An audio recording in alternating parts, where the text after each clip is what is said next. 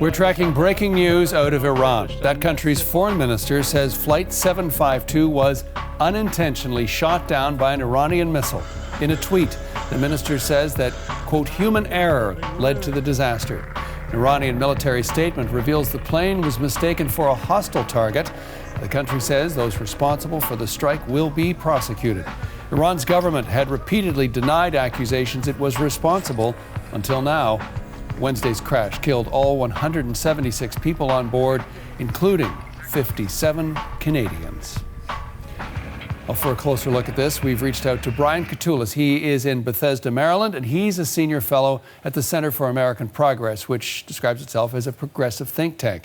He also served with the state and defense departments in the Clinton administration. Brian, thanks for joining us. Let's talk about this admission by Iran that it shot down Flight 752 by mistake. What do you think of that? Well, first, my condolences to everyone in Canada who's grieving a loss.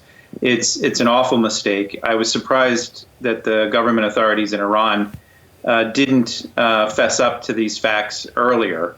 But I think hopefully it's a sign that they're willing to be more transparent about what actually occurred. And I think the key question moving forward now is whether there will be accountability for this awful, awful mistake. Some have suggested that this might be the extent of their transparency, that by making this admission, this would not absolve them, but allow them to not then allow international investigators on the ground, in particular Canadian investigators who want answers. What do you think about that in terms of future transparency from the country? That could be the case if we look at how the Iranian government operates. It is one of the most brutally repressive and closed governments that we know in the entire world. And this admission may simply be a case of trying to close the conversation.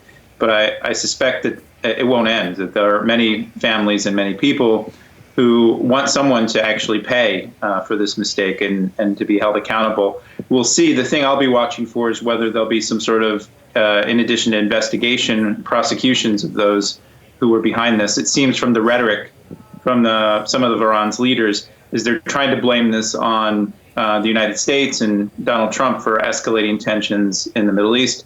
And that's a factor, but that doesn't explain this whole mistake. As you allude to that Tehran-Washington nexus, Canada effectively caught in the middle. Canadian troops on those air bases subjected to those missile attacks from the Iranians. And now we have the situation with the 57 Canadians killed on this flight.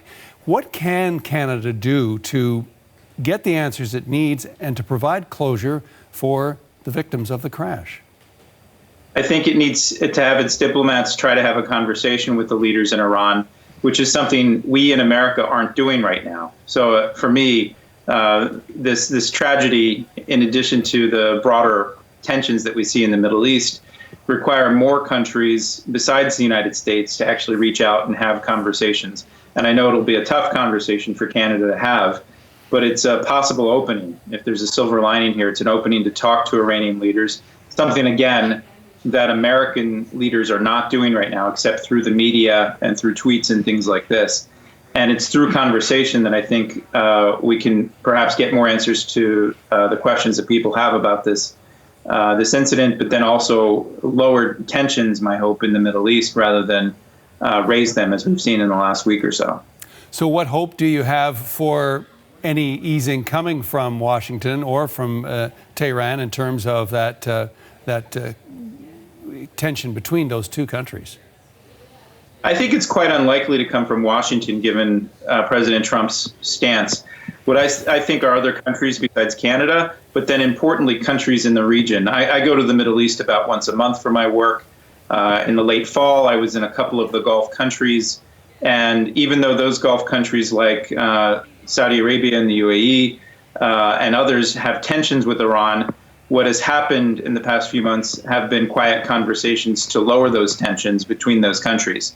So my hope is that this path of escalation, which we've been on and I think in part led to this tragic mistake by Iran, that people will learn the lessons that there are extreme human costs to going down this path of escalation. And Trump's maximum pressure policy, I think, in effect, is not the wise course for the country and the world to be on.